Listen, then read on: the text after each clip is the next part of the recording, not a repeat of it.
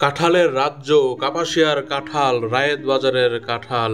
প্রতি রবি এবং বৃহস্পতি সাপ্তাহিক হাট বসে। বাংলাদেশের ভাওয়াল অঞ্চল তথা গাজীপুর জেলার অধিকাংশ অঞ্চলেই প্রচুর পরিমাণে কাঁঠাল উৎপন্ন হলেও রায়েত বাজারের আলাদা বিশেষত্ব রয়েছে। রবি এবং বৃহস্পতি সকালবেলা ভ্যানে করে স্থানীয় মানুষজন কাঁঠাল নিয়ে আসে, সাইকেলে নিয়ে আসে। আমি উপস্থিত থাকাকালীন এক ভ্যান ভর্তি কাঁঠাল, 40টি কাঁঠাল ছিল, মাঝারি সাইজের কাঁঠাল।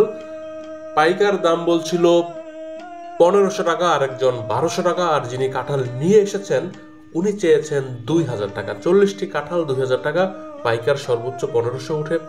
তারপরে দরদাম করে বিক্রি হবে। আজকের দিনটা 20শে জুন, কুরবানি ঈদের পরে প্রথম হাট, বৃহস্পতিবার সকাল।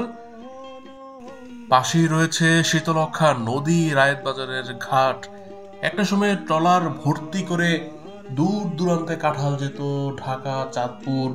তারও আগে যখন ইঞ্জিন চালিত ট্রলার ছিল না, তখন বড় বড় নৌকা, বিভিন্ন বাহারি আকারের গুণ টানা নৌকায় করে কাঁঠাল যেত দূর দূরান্তে। এখন যায় ট্রাকে, যেটা বড় ট্রাক, ডিস্ট্রিক্ট ট্রাক। সিলেটের হবিগঞ্জ অঞ্চলের অধিকাংশ পাইকারেরা এখানে আসে, কাঁঠাল জড়ো করছে, কিনছে। তারপরে হাট শেষ হলে ট্রাকগুলো ঢুকবে, আমরাই ধুয়ে এরপর এই কাঁঠালগুলো যাবে দূর দূরান্তে। গাজীপুরের কাপাসিয়া উপজেলার রায়েত একটি ইউনিয়ন, 11টি ইউনিয়নের মধ্যে এই রায়েত ইউনিয়নেই বর্তমান যেটি রায়েত ইউনিয়ন জন্মগ্রহণ করেছিলেন বাংলাদেশের প্রথম প্রধানমন্ত্রী তাজউদ্দিন আহমদ। ওই গ্রামটির নাম দরদরিয়া। এই রায়েত বাজারটি বর্তমানে যেখানে অবস্থিত, এই গ্রামটি অবশ্য মাহাতাবপুর, কিন্তু এই নামে আশেপাশে তেমন পরিচিত না। সবাই এটাকে রায়েত বাজার বলেই জানে। এই বাজার শেষ হলে একটি খাল পেরুলে আবার সিংহশ্রী ইউনিয়ন শুরু, কাপাসিয়ার সবচেয়ে উত্তর পশ্চিমের ইউনিয়ন।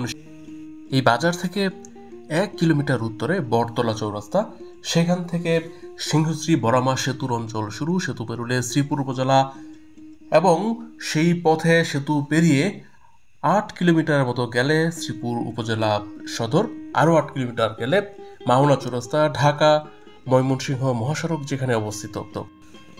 অন্যদিকে এখান থেকে দক্ষিণ পূর্বে 7 কিলোমিটারের মতো দূরত্বে আমরাইত বাজার, যেটা ঢাকা কাপাসিয়া কিশোরগঞ্জ সড়কের উপর অবস্থিত।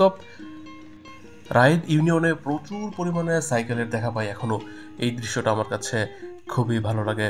আবহমান বাংলার দীর্ঘদিনের ঐতিহ্য, অনেক অঞ্চল থেকে এটি বিলুপ্ত হয়ে গিয়েছে। কথা বলছিলাম নাজিব মাহফুজ খান। এই হাটের দৃশ্য হয়তো এই মৌসুমে আরও 2 দিন দেখাতে পারি। আগামীকালকে বাগুনির হাট নিয়ে ভিডিও আসবে। কাঁঠালের হাট, মাধুলী বিলের পাশে বাগুনি বাজার।